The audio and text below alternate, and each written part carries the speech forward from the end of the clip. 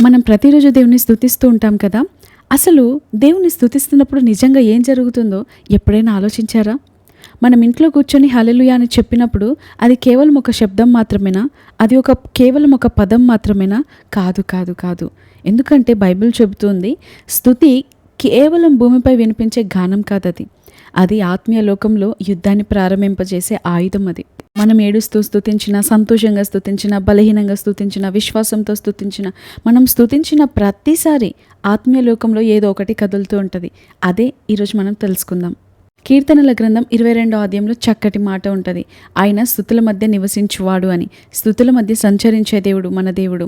స్తుతుల మధ్య సంతోషించే దేవుడు. స్తుతి ఎక్కడైతే ఆయనకు వినిపిస్తుందో అక్కడికి పరిగెత్తుకుంటూ వచ్చే దేవుడు అని భక్తులు చాలామంది చెబుతూ ఉంటారు. అయితే స్తుతిస్తూ ఉన్నప్పుడు దేవుని సన్నిధిని మనం పొందుకోగలుగుతాం. Praise attracts God's presence. మన స్తుతి దేవుని సన్నిధిని ఆకర్షిస్తూ ఉంటుంది. మనం బైబిల్లో చూస్తాం, సొలొమోను దేవుని స్తుతిస్తున్నప్పుడు దేవాలయంలో అక్కడేం జరుగుతుంది? దేవుని సన్నిధి ఆవరించినట్లుగా మనం చూస్తాం. ఒక చిక్కటి మేఘం వలె తాకగలిగినంత ఒక దేవుని సన్నిధిని, శక్తిని వారు అక్కడ అనుభవిస్తున్నారు. దానివల్ల అక్కడున్న యాజకులు అసలు ఎవ్వరూ కూడా ఏ పని చేయలేకపోయారు. అసలు ఆ శక్తి ముందు, ఆ సన్నిధి ముందు వారు నిలబడలేకపోయారని వాక్యం సెలవిస్తుంది. అసలు ఒకరికొకరు కనబడలేదు కూడా. అంత సన్నిధిని వారు ఎలా అనుభవించగలిగారు అంటే, ఒక మహిమ మేఘము ఎప్పుడు వారిని ఆవరించింది అంటే, దేవుని సన్నిధిలో సొలొమోను స్తుతిస్తున్నప్పుడు, ప్రార్థిస్తున్నప్పుడు ఆయన ఆలయంలో. అటువంటి సన్నిధి ముందు యాజకులే నిలబడలేకపోయారు.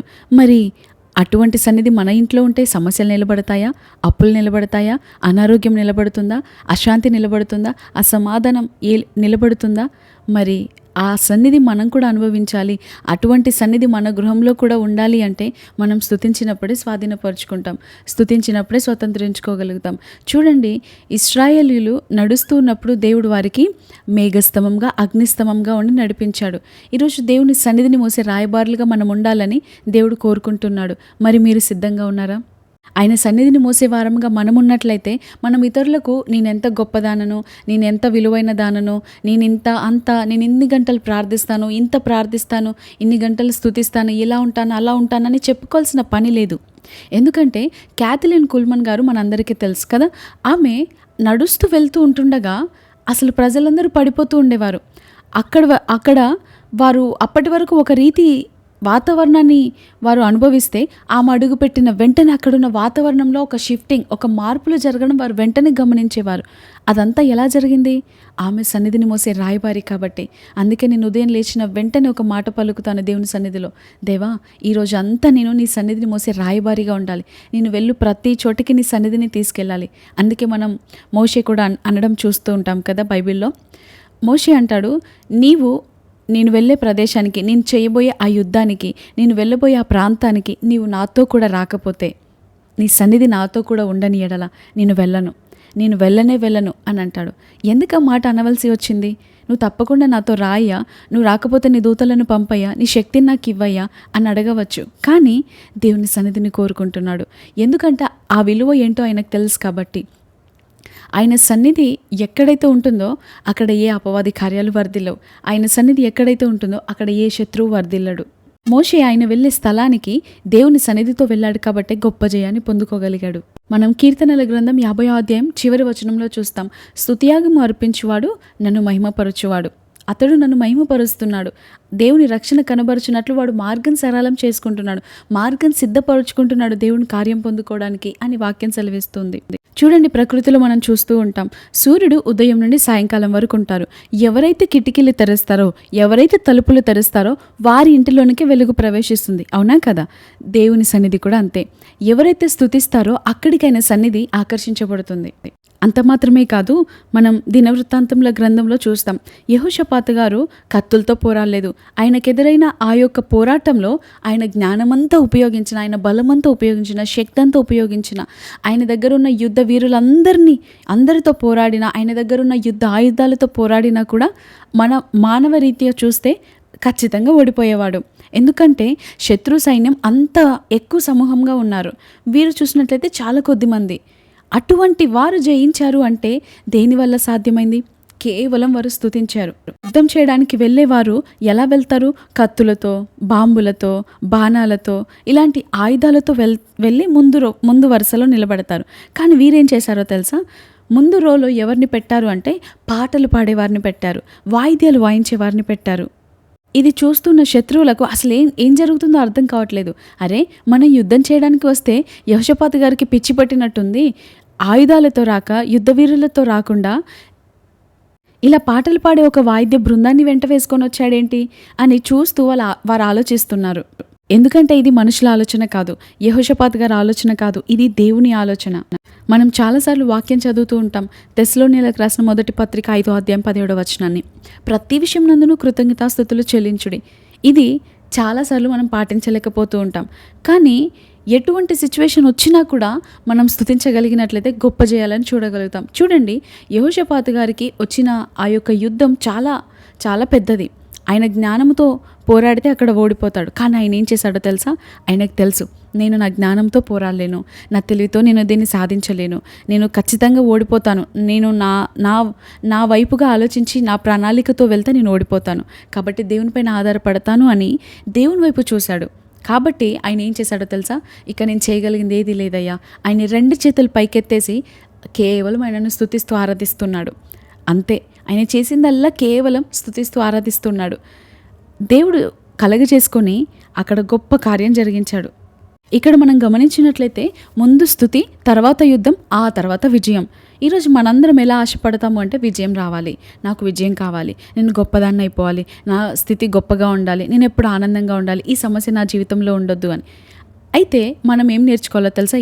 ఈ సిచ్యువేషన్ నుండి ముందుగా యెహోషాపాతు గారు స్తుతించారు, ఆ తర్వాతే అక్కడ యుద్ధం ప్రారంభమైంది, ఆ తర్వాత విజయాన్ని స్వతంత్రించుకున్నాడు. ఈవెన్ పౌలు శీలల జీవితంలో కూడా మనం చూస్తాం.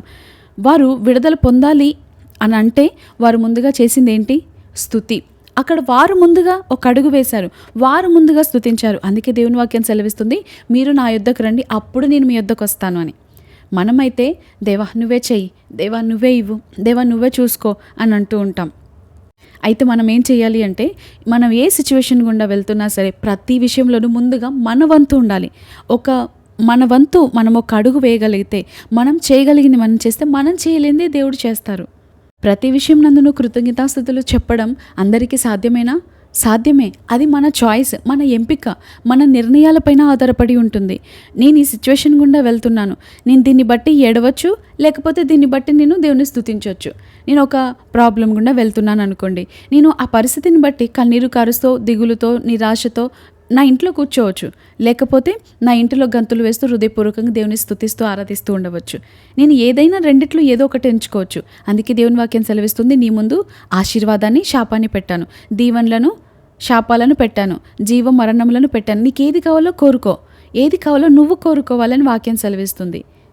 నేను చాలాసార్లు చెప్పాను కోరిటన్ బూము తన సహోదరి బెట్సీ గారి గురించి.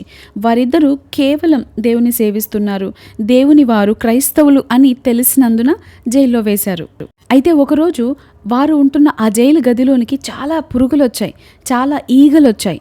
అయితే కోరిటన్ బూమ్ గారు అంటారు, అమ్మో ఈ ఈగల మధ్య నేను కూర్చోలేకపోతున్నాను, ఈ పురుగులను చూస్తే నాకు అసహ్యంగా ఉంది, అసలు ఇక్కడ నాకు ఉండాలనిపించట్లేదు అని చాలా బాధపడుతుంది. వెంటనే తన చెల్లి బెట్సీ బైబిల్ తెరిచి తెస్సలోనియులకు రాసిన మొదటి పత్రిక 5వ అధ్యాయం 17-18 వచనాలను చూపిస్తుంది. తన మాట్లాడుతుంది, ఇదిగో దేవుని వాక్యం ఇలా సెలవిస్తుంది కదా, సో నువ్వు ఈ సిచ్యువేషన్ని బట్టి నువ్వు బాధపడవచ్చు, ఈ సిచ్యువేషన్ బట్టి నువ్వు దేవుని స్తుతించవచ్చు, చాయిస్ నీది. నువ్వే నిర్ణయం చేస్తావో దాని మీదే నీ ప్రతిఫలం ఆధారపడి ఉంది, దాని మీదే నీ భవిష్యత్తు ఆధారపడింది, దాని మీదే నీ యొక్క అద్భుతం ఆధారపడి ఉంది అని తన చెల్లి చెప్పినప్పుడు, అప్పుడు వెంటనే కోరిటన్ బూమ్ గారు అంటారు, నేను దేవుని దేన్ని బట్టైనా స్తుతిస్తాను, ఈ ఈగలను బట్టి మాత్రం నేను స్తుతించను అని అంటది. మనం కూడా చాలాసార్లు ఇలాగే అంటాం కదా, నా భర్తను బట్టి మాత్రమే నేను దేవుని స్తుతించను, నా బిడ్డలను బట్టి మాత్రం నేను దేవుని స్తుతించను, ఇదిగో ఈ వ్యక్తిని బట్టి మాత్రమే నేను అస్సలు దేవుని స్తుతించను, ఈ వ్యక్తి గురించి అస్సలు నేను నా ప్రార్థనలో జ్ఞాపకం చేసుకోను, ఈ వ్యక్తి గురించి అస్సలు దేవుని దగ్గర విజ్ఞాపన చేయను అని మనం కూడా చాలాసార్లు అలా అనుకుంటూ ఉంటాం కదా. అయితే మనం ఏ రీతిగా ప్రవర్తిస్తున్నామో మన ప్రవర్తనకు తగిన ప్రతిఫలం ఇచ్చే దేవుడు అని వాక్యం సెలవిస్తుంది. అయితే బెట్సీ చెప్పిన మాటను బట్టి కోరిటన్ బూమ్ గారు దేవుని స్తుతించడం ప్రారంభించారు. ఆ గదిలో ఉన్న వారందరూ కూడా దేవుని స్తుతిస్తున్నారు. అలా దేవుని స్తుతిస్తూ దేవుని సన్నిధిని పొందుకున్నారు. అక్కడ వారు చివరిగా ఒక మాట చెప్పారు, ఏంటంటే వారి పై అధికారులు ప్రతిరోజు వారిని చాలా చిత్రహింసలు పెడుతూ ఉండేవారు. చాలాసార్లు కొట్టేవాళ్ళు, చాలాసార్లు బట్టలన్నీ తీసేసి చాలా చిత్రహింసలు పెట్టేవారు. అయితే వారు ఏమని గమనించారు అంటే, ఈ పురుగులు ఉండడం వలననే ఇన్ని రోజులు మనం ఈ యొక్క బాధల నుండి తప్పించబడ్డాం. ఈ పురుగులు ఇక్కడ ఉన్నాయి కాబట్టి, ఈ ఈగలు ఉన్నాయి కాబట్టే వారు ఇక్కడికి రావడానికి ఇష్టపడలేదు. అందువల్ల మనకు ఎక్కువ బైబిల్ చదివే అవకాశం వచ్చింది, ఎక్కువ దేవునితో సమయం గడిపే అవకాశం వచ్చింది, ఆ గదిలో ఉన్న వారికి దేవుని సువార్తను ప్రకటించే అవకాశం వచ్చింది అని వాటిని బట్టి స్తుతించగా, ఇదిగో ఈ మేలు కలిగింది మాకు అని వారు దేవుని మరింతగానో స్తుతించారు. కొన్నిసార్లు మనం అర్థం చేసుకోలేని పరిస్థితుల్లో కూడా దేవుని స్తుతిస్తే, దేవుని కృతజ్ఞతలు చెల్లిస్తే దేవుని కార్యం అక్కడ కనబడుతుంది. వీరిద్దరే కాదు, బైబిల్లోని భక్తులెందరో, బైబిల్ తర్వాత ఉన్న భక్తులెందరూ కూడా దేవుని స్తుతించి గొప్ప గొప్ప జయాలను చూశారు. నేను చెప్పాలనుకుంటున్న మాట ఏంటి అంటే, స్తుతిస్తే అద్భుతం వెంటనే జరుగుతుంది అని నేను చెప్పట్లేదు. స్తుతిస్తే తప్పకుండా అద్భుతం జరుగుతుందని చెబుతున్నాను. స్తుతించడం వలన మన విశ్వాసం పెరుగుతుంది. స్తుతించడం వలన దేవుడు ఏమై ఉన్నాడో మనకు అర్థమవుతుంది. ఎందుకంటే ఆయన స్వభావానికి విరుద్ధంగా ఆయన ఏమీయో చేయనేరడని వాక్యం సెలవిస్తుంది. ఆయన స్వభావం ఏంటి, ఆయన ఔన్నత్యం ఏంటి, అసలు ఆయన ఏమి మన పట్ల ప్రణాళిక కలిగి ఉన్నాడు, అదంతా ఎలా తెలుస్తుంది? ఆయన ఏమై ఉన్నాడో తెలిసినప్పుడు ఆయన ఏం చేయగలుగుతాడో మనకు అర్థమవుతుంది కదా. అందుకే సిచ్యువేషన్స్ ఎలా ఉన్నా సరే దేవుణ్ణి స్తుతించడం మనం నేర్చుకోవాలి, మనం అలవాటు చేసుకోవాలి. అది ఒకే రోజులో వచ్చేది కాదు, నెమ్మదిగా అలవాటు చేసుకోవాలి. ప్రతి విషయాన్ని బట్టి ప్రతిరోజు ప్రతి చిన్న సమయం దొరికినా కూడా దేవుణ్ణి స్తుతించడం అలవర్చుకున్నట్లయితే మనం పెద్ద పెద్ద సమస్యలను కూడా ఈజీగా, అవలీలగా, సులభంగా మనం జయించగలుగుతాం. కాబట్టి ఒక తీర్మానం తీసుకుందాం. ఈ రోజు నుండి నా పరిస్థితులు ఏ రీతిగా ఉన్నా సరే, ఎటువంటి గడ్డు పరిస్థితులు వచ్చినా సరే, నేను అనుకున్నట్టుగా నా జీవితం వెళ్ళకపోయినా సరే, నేను అనుకున్న ద్వారాలు తెరవబడకపోయినా సరే, నేను అనుకున్న రీతిలో సహాయం రాకపోయినా సరే, నేను మొదటగా దేవుని స్తుతిస్తాను. నేను ఎదుర్కొంటున్న పోరాటాలను బట్టి దేవునిపైన సనగను, గునుగను, ఏ ఫిర్యాదులు చేయను, కేవలం దేవుని స్తుతిస్తాను అని తీర్మానం తీసుకోండి. అంత మాత్రమే కాదు, మరొక తీర్మానం కూడా తీసుకుందాం. నేను నా సిచ్యువేషన్స్ని బట్టి ఏడవను, నా సిచ్యువేషన్ బట్టి కృంగిపోను, నా సిచ్యువేషన్ బట్టి నేను దిగులు పడుతూ ఒక మూలన కూర్చోను.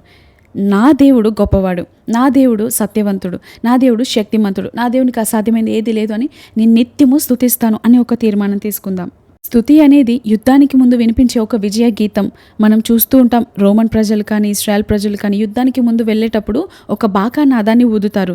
అంటే యుద్ధానికి సిద్ధం అవ్వండి, ఇదిగో యుద్ధ వీరులు వస్తున్నారు, పోరాడడానికి రెడీగా ఉండండి, రండి అని ఒక పిలుపును పిలిచినట్టుగా బాకాని వినిపిస్తారు. అలాగే మన జీవితంలో ఒక కార్యాన్ని పొందుకోవడానికి స్తుతి గీతాన్ని వినిపిస్తున్నాం ముందుగానే. మనం స్తుతి చేస్తున్నప్పుడు బహుశా మన కళ్ళకు ఏ మార్పులు కనిపించకపోవచ్చు, కానీ బైబిల్ మనకేమని చెబుతుందో తెలుసా? దేవుడు పని చేయడం ఆపలేదు. దేవుడు ఆలస్యం చేస్తున్నా కూడా అలక్ష్యం చేసే దేవుడు కాదు. అది ఎంత ఆలస్యమైనా అంత అద్భుత రీతిలో అద్భుతం జరుగుతుంది. మనం స్తుతిస్తున్నప్పుడు మన దృష్టిని సమస్యల వైపు నుండి మళ్లించి దేవుని పైన నిలిపేలా చేస్తుంది. స్తుతి మన విశ్వాసాన్ని బలపరుస్తుంది, ఆయన సన్నిధిని అనుభవించేలాగా చేస్తుంది. చాలామంది అంటూ ఉంటారు, నా పరిస్థితులన్నీ మారాక నేను దేవుని స్తుతిస్తాను, అద్భుతం జరిగాక దేవుని స్తుతిస్తాను అని. అద్భుతం జరిగాక ఎవరైనా స్తుతించగలుగుతారు, పరిస్థితులన్నీ బాగయ్యాక ఎవరైనా స్తుతించగలుగుతారు. పరిస్థితులు మారాక కాదు, పరిస్థితుల మధ్యలోనే, ప్రతికూలతలోనే, అన్ని సమస్యలు ఉంటూ ఉన్నప్పుడే మీరు దేవుని స్తుతించగలిగితే దేవుడు ఎప్పుడు మిమ్మల్ని అక్కడ విడిచిపెట్టడు. మీ జీవితం ఎప్పటికీ అదే రీతిగా ఉండదు, గొప్పవారిగా నిలబడతారు. బైబిల్లో దీనికి అనేక ఉదాహరణలు ఉన్నాయి. అనేక మంది భక్తులు వారు ఎదుర్కొంటున్న పోరాటాల మధ్యలో దేవుని స్తుతించి అనేక అద్భుతాలను చూశారు. ఆయనను గణపరచు వారిని గణపరుస్తానని సెలవిచ్చిన దేవుడు పౌలుశీలలు సమస్యల మధ్యలో స్తుతించగా దేవుడు వారిని గణపరచలేదా? దేవుడు వారిని గొప్ప చేయలేదా? ఎవరైతే జైలు లోపలికి త్రోసిపుచ్చారో వారే వచ్చి పౌలుశీలలకి పరిచర్య చేశారు, అన్నం వండి పెట్టారు, వాళ్ళ కాళ్ళ దగ్గర కూర్చున్నారు. స్తుతించువాడు ఎప్పటికీ సిగ్గుపరచబడడు, స్తుతించువాడు ఎప్పుడు పైగానే ఉంటాడు. కాబట్టి సిచ్యువేషన్స్ ఎలా ఉన్నా సరే వాటి వైపు చూస్తూ కృంగిపోకుండా, మనుషుల సహాయం రాలేదు, అది రాలేదు, ఇది జరగలేదని బాధపడడం కంటే కూడా ఆయనను స్తుతించండి.